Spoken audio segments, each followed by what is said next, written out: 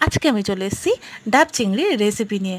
ওই জন্য আমি প্রথমে নিয়ে নেব মিক্সার গ্রাইন্ডারে 1 টেবিল স্পুন সাদা সর্ষে আর 2 টেবিল স্পুন পোস্ত। এই মাপটা ঠিক রাখলে তবে টেস্টও খুব ভালো হবে। এবার আমি এটা মিক্সার গ্রাইন্ডারে দিয়ে একটু গুঁড়িয়ে নেব।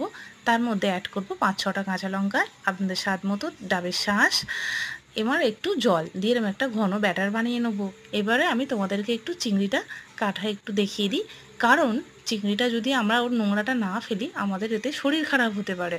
সেই জন্য পুরো চিংড়িটা গোটা রেখে পেটের কাছে একটু শাঁসটা তুলে নিয়ে নোংরাটা বের করে দেবেন। আর চ্যানেলটাকে সাবস্ক্রাইব করবেন, লাইক করবেন। এবার আমি চিংড়িগুলো ধুয়ে নিয়ে ওর মধ্যে ব্যাটারগুলো একে একে মিশিয়ে দেবো। এর মধ্যে একটু স্বাদ মতো হলুদ গুঁড়ো, লঙ্কার গুঁড়ো, সর্ষের তেল 3 টেবিল স্পুন দিয়েছি। এবার এর মধ্যে অ্যাড করব স্বাদ মতো একটু নুন আর চিনি। এটাকে ভালো করে সামান্য কন্টেনার ধুয়ে একটু জল দিয়ে মিশিয়ে নেব এবং এক এক করে ডাবের মধ্যে ঢুকিয়ে দেবো চিংড়িগুলো।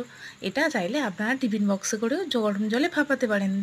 দেখুন আমি বসিয়ে দিয়েছি এবং এটাকে 1.5 ঘন্টা ভাপাতে দিয়েছিলাম।